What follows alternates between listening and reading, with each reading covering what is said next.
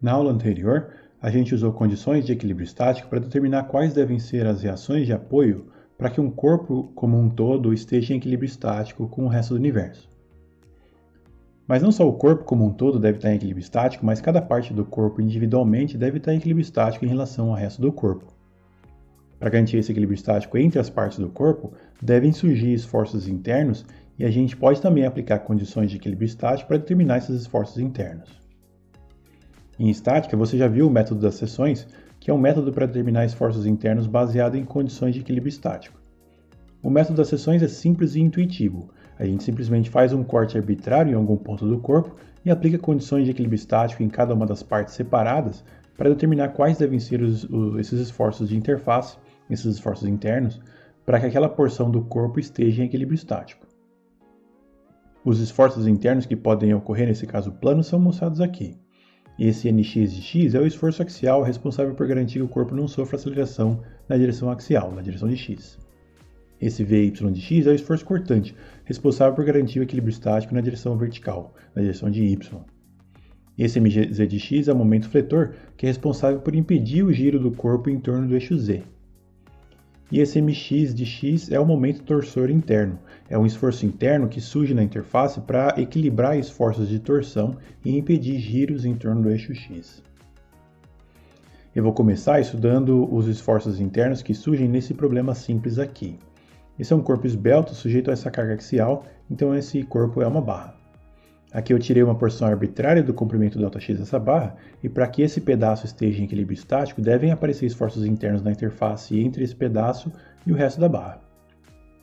Como essa barra está sujeita só a cargas axiais, a única direção em que ela pode sofrer aceleração é a direção axial. Então o único esforço interno que deve surgir para prevenir isso é o esforço axial interno. Cada lado desse pedaço Δx está sujeito a um esforço axial interno diferente. Na primeira aula, nós tínhamos estabelecido uma convenção para cargas externas. Nós dissemos que cargas externas eram positivas na direção positiva dos eixos coordenados. Então essa carga axial apontando na direção de mais x é positiva. Mas agora a gente precisa estabelecer uma convenção também para esforços internos. Isso vai me ajudar a interpretar os resultados das nossas soluções e entender o que esforços internos positivos ou negativos significam do ponto de vista do comportamento do corpo. Nesse curso, nós vamos convencionar que esforço axial interno é positivo se ele estiver nesse sentido. Isso quer dizer que um esforço axial interno positivo tende a tracionar esse trecho da barra dessa forma, de forma que ele aumente de comprimento. E um esforço axial interno negativo tende a comprimir o trecho da barra dessa forma, de forma que ele diminui de comprimento. Dependendo de como a carga externa é aplicada, os esforços internos podem trocar de sinal ao longo da barra. Mas agora, analisando o sinal dos esforços internos de acordo com essa convenção, a gente pode interpretar imediatamente quais trechos da barra estão sujeitos à tração ou à compressão. O outro caso é esse corpo esbelto sujeito a essa carga transversal. Esse corpo, então, é uma viga. Aqui eu retirei um trecho dessa viga de comprimento Δx, e para que esse corpo esteja em equilíbrio estático, é necessário que surjam dois tipos de esforços. Um deles é um esforço cortante, que vai impedir a aceleração do trecho na direção vertical. E o outro é um momento fletor, que vai impedir o trecho de girar em torno do eixo z. Isso porque, como nós tínhamos visto, cargas transversais como essa podem causar tanto aceleração longitudinal na direção de y, quanto aceleração angular em torno de z. Nesse curso, nós vamos convencionar que os esforços internos de uma viga são positivos nesse sentido. Se a gente descobrir que um trecho da viga está sujeito a esforço cortante positivo, isso significa que aquele trecho da viga está sujeito a carregamentos como esse. Esforço cortante negativo indica um efeito como esse. Se um trecho da viga está sujeito a um momento fletor positivo, isso quer dizer que aquele trecho da viga está se fletindo, como esse trecho aqui. E o momento fletor negativo indica flexão ao contrário. De novo, dependendo das cargas externas, esforços cortantes e momentos fletores podem variar ao longo da viga, inclusive mudando de sinal ao longo da viga, e aí cada trecho do comprimento da viga pode estar sujeito a uma combinação de efeitos diferentes. Esse símbolo é uma representação da nossa convenção de sinais. Esse quadrado indica um trecho arbitrário de um corpo, e sobre ele a gente vê o que nós estamos chamando de positivo para cargas externas e esforços internos. Aqui em cima a gente tem representações de cargas externas positivas transversais, axiais e torsionais, e são positivas no sentido positivo dos eixos x e y. E aqui do lado, o que nós acabamos de definir como positivo para esforços internos. Essa é a direção em que atuam esforços axiais internos positivos. Essa é a direção em que atuam esforços cortantes positivos. E essa é a direção em que atuam momentos fletores positivos. E esse que eu não mostrei é o sentido positivo do momento torsor interno. Você pode pausar esse vídeo e tentar imaginar, usando a regra da mão direita, o que aconteceria com um trecho de um eixo sujeito ao momento torsor interno positivo. Aqui eu vou ilustrar como a gente pode usar a convenção de sinais para interpretar o que está acontecendo com esse corpo em termos de deflexão. Esse corpo esbelto sujeito a essa carga transversal é uma viga. Essa viga está apoiada por dois roletes e sujeita a uma carga transversal uniformemente distribuída Q0. A gente vai aprender a determinar os esforços internos para problemas como esse, mas a resposta fica assim. Esses são os diagramas de esforço cortante e momento fletor para essa viga. Essa viga está sujeita a esforço cortante negativo na extremidade livre até o primeiro rolete. Logo depois do rolete, o esforço cortante dá um salto e passa a ser positivo, e aí vai diminuindo e passa por zero nesse ponto C em algum lugar do corpo da viga. Depois ele troca de sinal e fica negativo no restante da viga. Já o momento fletor é negativo em todo esse trecho AR, em que AR é algum ponto aqui logo depois do rolete B, e depois é positivo em todo o restante da viga. Em todo esse primeiro trecho, no trecho AB, o esforço cortante é negativo e o momento fletor é negativo também. De acordo com a convenção de sinais, o esforço cortante negativo é aquele que tende a fletir a viga dessa forma. E o momento fletor negativo tende a fletir a viga dessa forma. A combinação dos dois efeitos deve dar uma deflexão algo assim. Então esses diagramas indicam que o trecho AB dessa viga deve estar se fletindo dessa forma. Nesse segundo trecho estreito, BR, o esforço cortante é positivo e o momento fletor é negativo. Segundo a convenção de sinais, o esforço cortante positivo é aquele que tende a fletir a viga assim, e o momento fletor negativo tende a fletir a viga assim. A combinação dos dois efeitos deve resultar numa deflexão algo assim para o trecho BR. No trecho RC, o esforço cortante é positivo e o momento fletor é positivo. A combinação do efeito do esforço cortante positivo com o momento fletor positivo deve resultar num efeito assim para o trecho RC da viga. E por fim, no trecho CD, o esforço cortante é negativo e o momento fletor é positivo. O esforço cortante tende a fletir uma viga dessa forma e o momento fletor tende a fletir a viga dessa forma. Então o trecho CD deve estar se fletindo com uma combinação desses dois efeitos. O que eu fiz aqui embaixo foi desenhar essas deflexões para os 4 trechos da viga. Aqui o trecho AB sofre uma deflexão assim, o trecho BR sofre uma deflexão assim, o trecho RC sofre uma deflexão assim, e o trecho CD sofre uma deflexão assim. Tudo isso também considerando que, por causa dos roletes, a deflexão nesses pontos é zero. E aqui a gente consegue ver que isso faz sentido físico. Dá para imaginar que essa viga com uma extremidade livre e uma carga uniformemente distribuída para baixo deve se fletir algo parecido com isso. Ainda nesse curso a gente vai aprender a calcular exatamente como é a deflexão de uma viga como essa, mas veja que aqui a gente conseguiu inferir isso, pelo menos qualitativamente, sem fazer cálculo nenhum, só usando nossa interpretação dos diagramas de esforços internos com a convenção de sinais. E vou aproveitar esse mesmo problema para introduzir uma discussão diferente. Veja que aqui nesse ponto R o momento fletor passa por zero. Esse é um ponto da viga onde eu poderia incluir uma rótula sem alterar a distribuição de momento fletor. O momento fletor já passa por zero em R, então a inclusão de uma rótula nesse ponto não alteraria essa curva. Na verdade, não dá para incluir uma rótula nesse problema em particular, porque ela deixaria esse problema hipoestático. Mas a gente vai falar mais sobre isso mais para frente. Mas por enquanto, só como exercício, vamos imaginar que eu quero incluir uma rótula aqui nesse ponto R. Aí, há várias formas em que essa rótula pode ser construída, e essas aqui são duas delas. Eu poderia construir a viga como duas partes simplesmente apoiadas dessa forma, de forma que esse ponto não permite a passagem de momento fletor. Se a gente tentar girar uma dessas metades da viga, essa construção vai permitir o giro. E a mesma coisa com essa construção. A única diferença entre as duas é a direção desses detalhes dos apoios aqui. A pergunta aqui é: como a gente faz para escolher qual seria a opção correta para construir essa rótula nessa viga? Você pode pausar esse vídeo e tentar responder sozinho antes de continuar.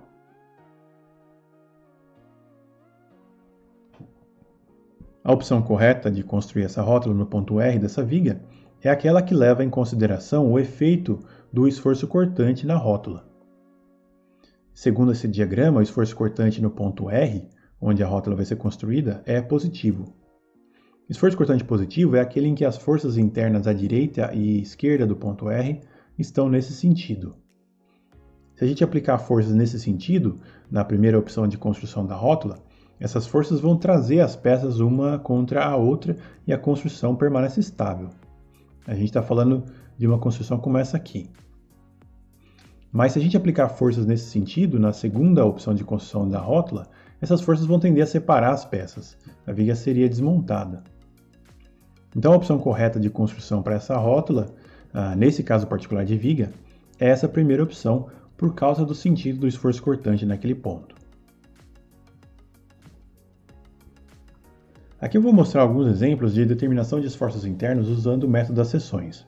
Eu vou passar rápido sobre isso porque vocês já viram o método das seções e porque daqui a pouco a gente vai ver um método melhor para resolver problemas desse tipo.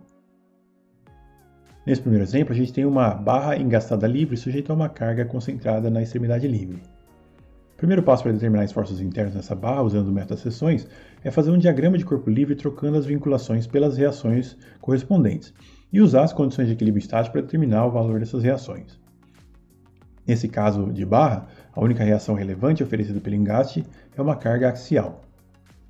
Nesse momento a gente não sabe qual é o sentido correto dessa reação, ela pode ser para a direita ou para a esquerda, e a gente precisa assumir um sentido e depois trocar o sentido da seta caso ele esteja errado.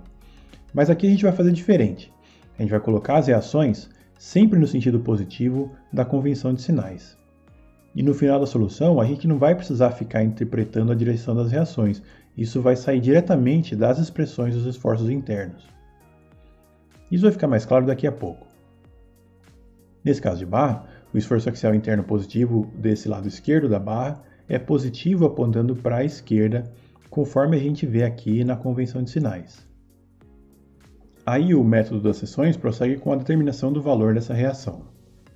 Aplicando a condição de equilíbrio estático na direção de x, eu acho que a reação no RXA no engaste é igual à carga aplicada FB.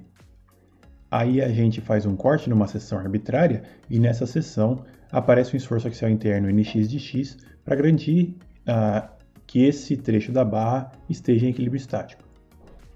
Aplicando as condições de equilíbrio estático nesse trecho da barra, eu determino que o esforço axial interno nesse trecho é igual a mais FB. Esse aqui é um diagrama do esforço axial interno para essa barra. Ele é essa constante positiva mais FB ao longo de toda a barra, e a interpretação disso é que qualquer trecho da barra está sujeito a esforços axiais internos positivos que estão tendendo a tracionar esse trecho, tendendo a fazer o trecho aumentar de tamanho. Isso faz sentido físico, porque a gente está falando de uma barra engaçada livre com uma carga de tração na ponta, então dá para imaginar que a barra inteira vai estar sofrendo tração, vai tender a aumentar de tamanho. Além disso, o diagrama também dá diretamente o valor da reação no engaste. A reação no engaste, que é o ponto A em x igual a zero, é mais FB. Segundo a convenção de sinais, uma carga positiva como essa desse lado esquerdo da barra é uma carga apontando para a esquerda, para fora. Então esse diagrama está dizendo que no ponto A tem uma carga mais FB apontando para fora. O diagrama também está dizendo que no ponto B, x igual a L, também tem uma carga igual a mais FB. Segundo a convenção de sinais, o esforço axial interno nesse lado direito da barra é positivo para a direita, para fora. A gente vê que é isso mesmo que está acontecendo. Então o diagrama indica que no ponto A existe uma carga FB apontando para a esquerda e no ponto B existe uma carga FB apontando para a direita, o que garante o equilíbrio estático da barra e faz sentido físico. Toda essa interpretação só é direta assim porque eu descrevi a reação de apoio no sentido positivo da convenção de sinais. Aqui mais um exemplo usando o método das seções para calcular esforços internos. Nesse caso, uma viga isostática apoiada por um pino e um rolete e com uma carga concentrada no meio. Aqui eu desenhei o diagrama de corpo livre trocando os vínculos pelas reações correspondentes. Repare que no ponto A a gente tem um pino que na verdade também oferece uma reação horizontal, além dessa reação vertical aqui, mas a reação horizontal vai ser zero, porque nesse problema não há cargas horizontais. Então, na verdade, há um passo implícito aqui que é calcular que a reação horizontal do pino é zero. Mas esse passo eu fiz direto. A outra coisa é que eu coloquei essa reação no sentido positivo da convenção de sinais. Essa carga vertical RYA corresponde ao esforço cortante do lado esquerdo da viga, que é positivo para cima, segundo a convenção de sinais. Essa carga vertical RYC corresponde ao esforço cortante do lado direito da viga, que é positivo para baixo, segundo a convenção de sinais. Aí o primeiro passo do meta-seções é aplicar as condições de equilíbrio para determinar as reações de apoio. No caso da viga, é necessário aplicar duas condições de equilíbrio. Pode ser a somatória de forças em Y e a somatória de momento fletor, ou a somatória de momento fletor em dois pontos diferentes. Aqui eu fiz pela somatória de momento fletor nos pontos A e C, e daqui sai o valor das reações em A e C. O próximo passo é calcular esforços internos nas seções da viga, e nesse caso é necessário fazer isso em duas seções diferentes, porque o carregamento externo muda no ponto B. Aqui eu fiz um corte entre A e B, antes do carregamento externo F, e depois um corte entre B e C, depois do carregamento externo F. E em cada uma dessas seções, devem aparecer esforços internos de esforço cortante e momento fletor para garantir o equilíbrio estático da seção. Aqui eu fiz o equilíbrio estático da primeira seção para determinar o valor desses esforços internos na primeira seção. Apliquei a somatória de momentos no ponto X e no ponto A, e daqui sai que os esforços internos do primeiro trecho da viga têm essas expressões. Aí fiz a mesma coisa para a segunda seção. Apliquei as condições de equilíbrio para o segundo trecho, e o esforço cortante e momento fletor têm essas expressões. A equação 8 aqui está errada, corrija na sua apostila. O esforço cortante no segundo trecho é só uma constante igual a menos meio de F. Aqui eu só plotei essas expressões que eu acabei de calcular. No primeiro trecho da viga, o esforço cortante é uma constante positiva igual a mais meio de F. E no segundo trecho, o esforço cortante é uma constante negativa igual a menos meio de F. O momento fletor é um polinômio de ordem 1 que muda de expressão no ponto B.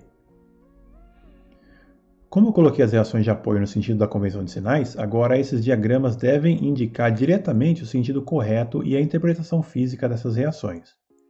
O diagrama de esforço cortante está dizendo que o esforço cortante x igual a zero, que é a reação no ponto A, é um valor positivo igual a mais meio de F. Segundo a convenção de sinais, o esforço cortante desse lado esquerdo da viga é positivo para cima.